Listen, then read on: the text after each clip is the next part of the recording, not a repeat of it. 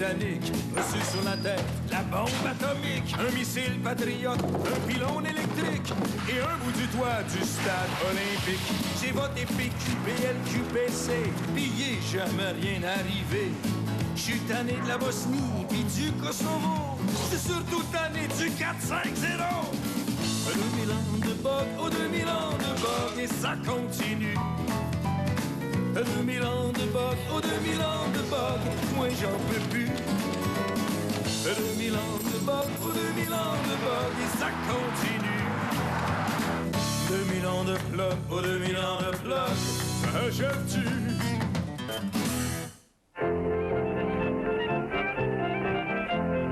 Vive l'habitant, tout le monde considère. Il n'y a personne plus heureux sur terre. Quelle belle richesse qu'une bonne paire de bras. On est Canadien, ou ben on est fort. Le Québécois moyen ne se distingue pas seulement par sa chemise à coraux et son t-shirt du Canadien. Il se distingue aussi pour son incomparable génie inventif. Au fil de l'évolution, le Québécois a franchi avec succès et brio l'étape Barney, petit rat, gros poisson pour atteindre sa forme actuelle supérieure. Quand Léo nous a conté comment il avait fait pour enlever sa vieille clôture, les gars se sont dit, c'est un gars capable. Le Québécois paraît donc génétiquement doté d'un cerveau aux engrenages bien huilés, lui permettant d'inventer et d'ériger les plus belles merveilles du monde. À 50, tu l'as l'affaire. Les exemples les plus éloquents en ce domaine sont certainement le Stade olympique, réputé pour sa solidité légendaire, le superbe métro de Montréal, la création de l'île Sainte-Hélène et de Terre des Hommes, sans oublier les grands barrages hydroélectriques comme la baie James et Manic 5. Mais le génie québécois ne se limite pas à toutes ces méga-merveilles d'ingénieurs surdoués de chez nous. Plusieurs objets d'utilisation commune et quotidienne nous entourant sont aussi d'origine québécoise. Pensons à la pompe dentifrice, le Crazy Carpet, le biberon Playtex, le tapis sauve-pantalon, le skidoo, la poêle Tefal, les glissades d'eau, le mobilier gonflable, le célèbre Rotato, la plasticine Tutti Frutti, sans oublier bien sûr la délicieuse poutine. Le Québécois a une imagination beaucoup plus éclatée. Il est avide, tu vois, il est avide, c'est neuf, tu vois, la création est neuve pour lui. Il n'a pas tous ces grands modèles, tu vois, tous ces Rembrandt, tous ces qui sont à portée de main, comme pour le français, tu vois, comme pour l'européen. Il a tout à faire. Plus c'est pesant, et puis plus ça descend. Le Québécois, il est fort en maudit. Puis c'est un grand inventeur, le Québécois. Avec du tapis en dessous de tes bottes, là, tu ne serais pas ces roches. Avec une roue à l'avant de ton canot, tu le transporterais plus sur ton dos. La province la plus reconnue mondialement pour avoir des cerveaux créateurs. C'est au Québec. Oui, dans n'importe quoi. Ça servait à rien d'été. Maintenant, mes tomates ont un mois d'avance chez vous. Ouais, mais nous autres, les grosses roches dans nos jardins, on n'en a plus. Quelques trous dedans, de l'eau, puis l'hiver, le gel de la casse pour toi. Ils tiennent ça de leurs parents ou de leurs grands-parents. Parce que tous nos parents ou grands-parents ont été patenteux par nécessité. Richard et Louise ont sorti les boyaux. Paul nous a dit, on a 5 fois plus d'auto. Quand ils étaient dans l'embarras, une machine brisait, par exemple, ils étaient obligés de patenter quelque chose, puisque ils n'allaient pas en ville acheter ça et ils n'avaient pas d'argent. Très souvent, ils étaient pauvres. Grâce à son héritage, le cerveau québécois pétille de génie inventif. Un cerveau affûté qu'il peut maintenant utiliser pour créer et rafistoler le monde entier. Tu l'as l'affaire. 2000 ans de plug, oh 2000 ans de plug, achèves-tu? 2000 ans de bug, oh 2000 ans de bug, et ça continue. Le Québécois est donc passé maître dans l'art de l'invention et de la patente révolutionnaire. Mais qu'est-ce qu'une invention au juste? Pour le savoir, nous avons demandé à un fonctionnaire. Une invention brevetable, ça comporte 3 caractéristiques. Elle doit être utile. Elle doit avoir un élément de nouveauté et aussi un élément d'ingéniosité inventive. Les personnes normales, on a des paradigmes et puis lorsqu'on a des difficultés, on essaie de résoudre nos difficultés avec les paradigmes qu'on a. Et puis là, bien, on utilise des solutions conventionnelles. Alors qu'un inventeur, lui, abat les paradigmes, et là, bien, il aboutit avec une solution tout à fait étonnante. L'inventeur, c'est un grand copieur de la nature par son pouvoir d'observation, mais le patenteux, tu deviens un patenteux quand tu fais application pour un droit de patente au département des patentes gouvernementales. Un patenteux, c'est quelqu'un qui s'amuse. C'est quelqu'un qui a du fun avec, à chercher des choses. C'est quelqu'un qui aiguise son imagination sans arrêt. Ça n'arrête pas. L'imaginaire est toujours en mouvement.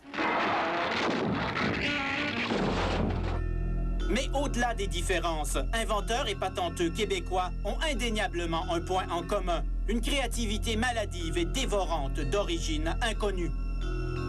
Pourquoi Florent Veilleux est-il devenu patenteux et spécialiste en robotique de récupération de vidange plutôt que vendeur d'assurance? Comment se fait-il que Réal Ranger récupère ses canettes et ses vidanges afin de les transformer en machines mécanisées au lieu de jouer aux cartes? Afin de mieux comprendre les rouages du cerveau de l'inventeur et patenteux du Québec, nous nous sommes intéressés à l'univers respectif de ces ingénieurs de ruelle.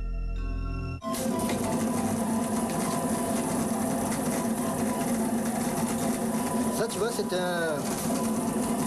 c'est tiré d'un atlas, ce qu'on appelle un atlas, une monteuse de film 16 mm. Alors, on va faire tourner cette affaire de...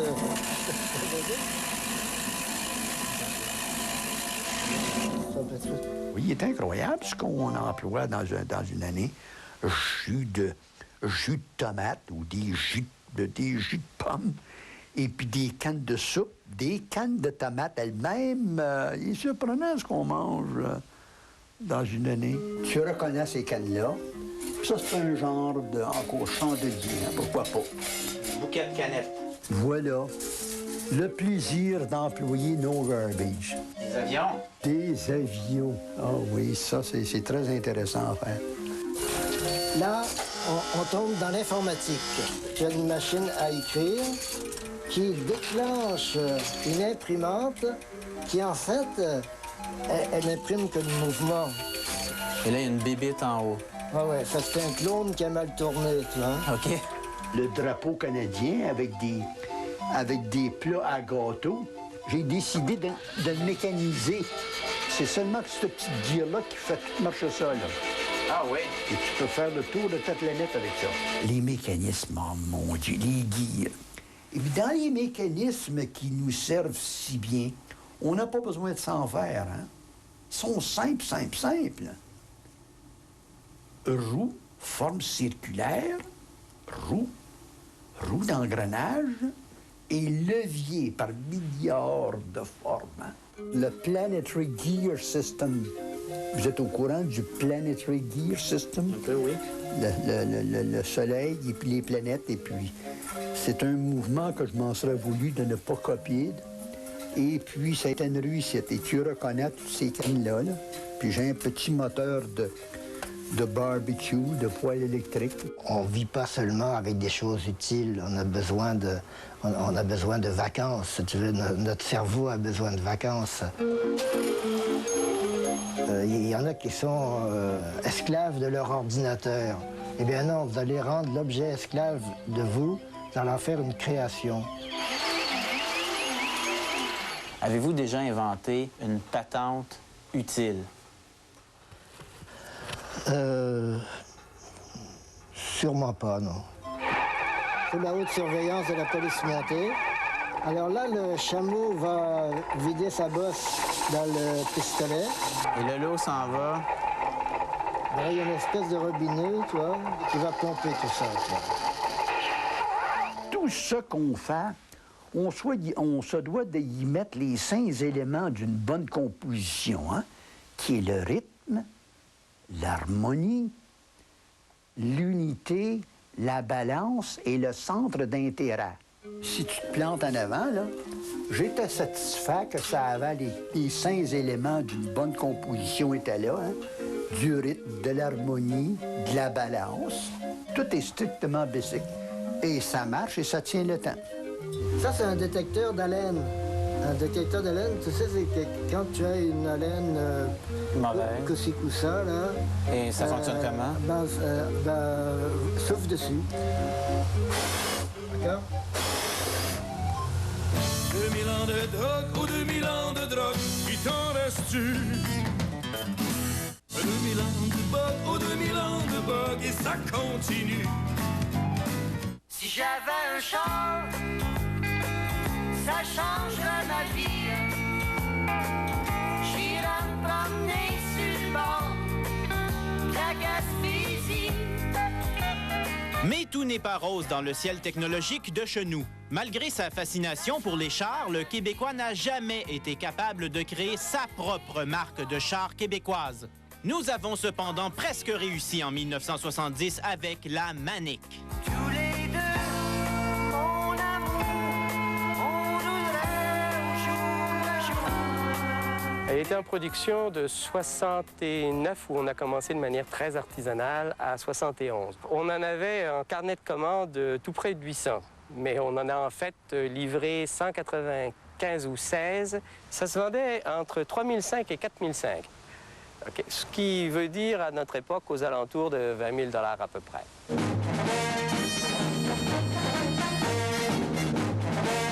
À l'image de nos origines coloniales, la Manic était le résultat d'un raboutage québécois de différents bouts de Renault, ce qui en faisait plus un exemple de style que de fiabilité. Les premières voitures ont été faites sur des voitures accidentées. Ça vient de la Renault 8, l'arrière vient de la Renault 16, les phares venaient d'une voiture, les autres de l'autre, mais toutes les pièces étaient issues d'un modèle ou d'autre de Renault. La voiture était un peu artisanale parce que, bon, il y a des choses, exemple, la porte, je l'ai conçue trop longue parce que je voulais que les gens puissent aller derrière. Alors on a toujours eu des petits problèmes de réglage de porte.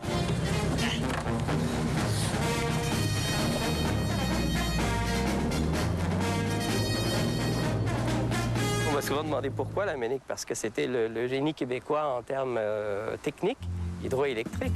C'était l'époque de la chanson de Georges Dard. C'était tout ça, ça avait donc tout un sentiment derrière tout ça. Si tu savais comme on s'ennuie à la Manic, tu m'écrirais bien plus souvent. Et c'était amusant parce que ça n'avait pas le même sens. Quand je l'ai présenté à New York, les Américains disaient « Oh, the Maniac ». C'était très drôle parce que ça les excitait juste parce que c'était la voiture du maniaque. Ça avait beaucoup de succès. J'avais un distributeur américain qui, lors de notre dernière négociation, est venu me proposer un contrat de 1000 voitures par an, ce qui représentait notre rentabilité. Mais bon, les finances n'ont pas suivi. Alors, on a fermé, tout simplement. Parfois, je pense à toi si fort. Je regrette ton âme et ton corps. Je te regarde et m'émerveille. Le Québécois, ce qui fait son problème principal, c'est qu'il a peur de perdre ce qu'il a, à juste titre souvent.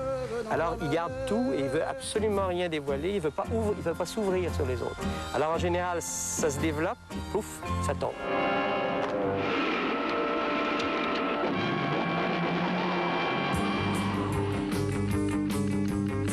Si le Québécois n'est pas assez ingénieux pour se construire ses propres chars en série, il est certainement assez patenteux pour se construire le char de ses rêves, une Batmobile. Ça fait des années que j'en rêvais de fabriquer la fameuse Batmobile. La vieille Batmobile a été bien compliquée à faire parce que j'avais pas de plan. La seule dimension exacte, c'est la dimension des roues. Les roues de l'époque avaient 15 pouces de diamètre. Il a fallu que je dessine les plans à partir d'une grille en fonction des roues.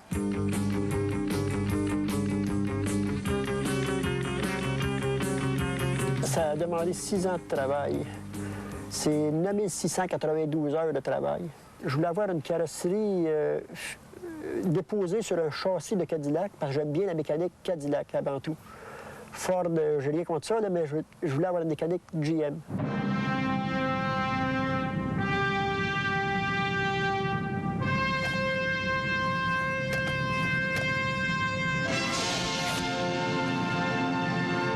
Enfin, le génie québécois du patenteux me permet de réaliser mon rêve, devenir Robin, compagnon de Batman et patrouiller une grosse métropole. On va aller faire régner la justice à Sorel. Allons-y, Robin!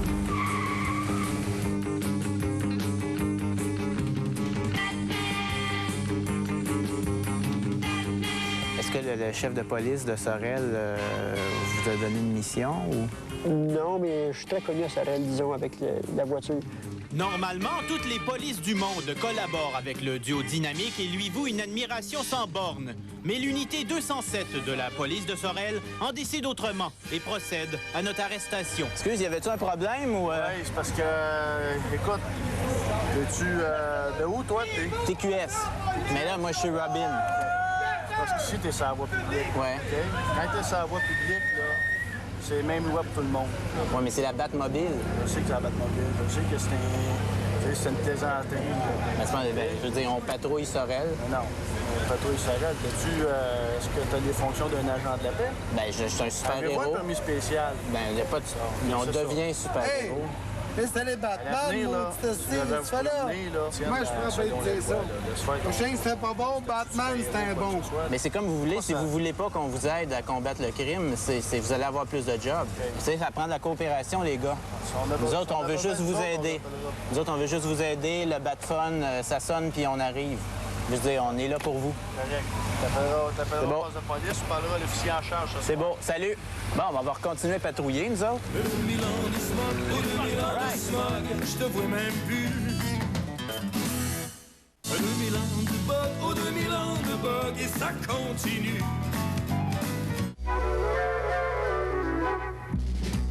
Lorsque le Québécois invente une patente et qu'il désire la marketer, il peut se présenter chez Promotion Atlantique, qui se fait une spécialité d'élever les patentes des patenteux de chez nous au rang d'invention révolutionnaire. Si l'invention est vraiment très innovatrice, ce qu'on peut lui offrir, c'est le monde entier. Celui qui a inventé ça est devenu millionnaire. Oui. Nous introduisons environ 15 à 16 nouveaux produits par année. Les fameux tapis sauf pantalon qui sont là depuis... qui en sont à leur 12e année maintenant. Une partie des produits qu'on vend vient d'inventaires qui viennent nous visiter avec quelques bouts de carton, un prototype quelconque, et qui viennent voir si nous avons un intérêt à prendre leurs produits puis en faire un produit vedette. Le fameux Rotetto, qui a gagné un prix au concours des inventeurs à la Foire internationale des inventions à Genève. Donc le Rotetto est primé à Genève. Est primé à Genève cette année. Moi, quand je vois le produit, on dirait qu'automatiquement, je vois la réclame à la télévision. Je la vois. Bien, ça, c'est mon invention. Ça s'appelle le Stable Table. J'ai donné un nom anglais parce que je trouvais que ça faisait plus marketing. Oui. Mon problème, c'était que quand je vais au restaurant, surtout sur les terrasses, j'ai beaucoup de problèmes avec l'équilibre des tables. Ça serait une espèce de petite mallette qu'on ouvre comme ça. Et j'ai plein de petits bouts de bois comme ça, de différentes épaisseurs. J'en ai des plus minces comme ça, pour exactement réussir à mettre de niveau la table de restaurant. Et quand on a fini de souper au restaurant, on remballe le tout. Ça a-tu d'allure, mon invention? Pourrais-tu vendre ça? Tu veux avoir la vérité? Oh oui, je vais avoir la vérité. Je pense que ça n'a pas d'allure. Non, vous devriez faire comme moi plutôt.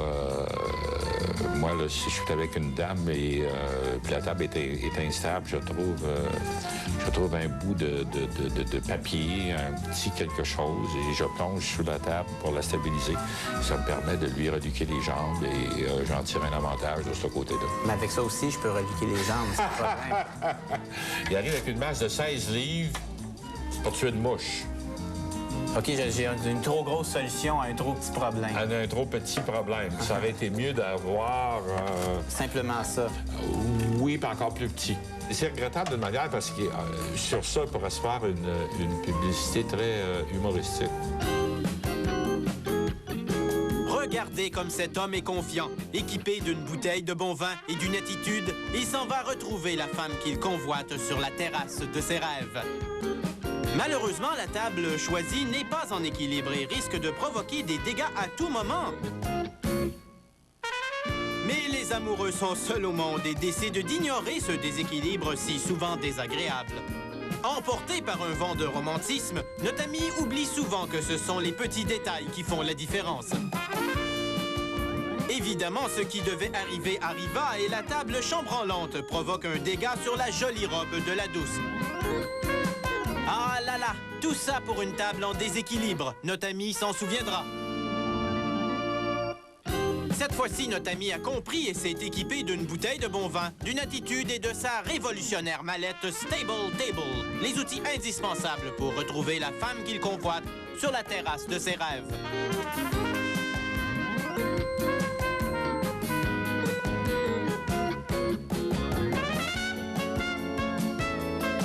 Une table en déséquilibre? Pas de problème. Stable Table est là pour le régler.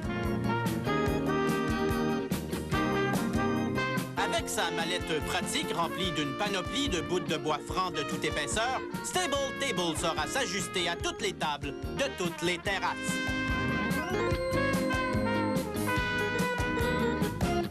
Voilà, le tour est joué. Et une fois la jolie dame impressionnée, nous pouvons passer aux choses sérieuses grâce à Stable Table. Oui, Stable Table, l'ami des amoureux.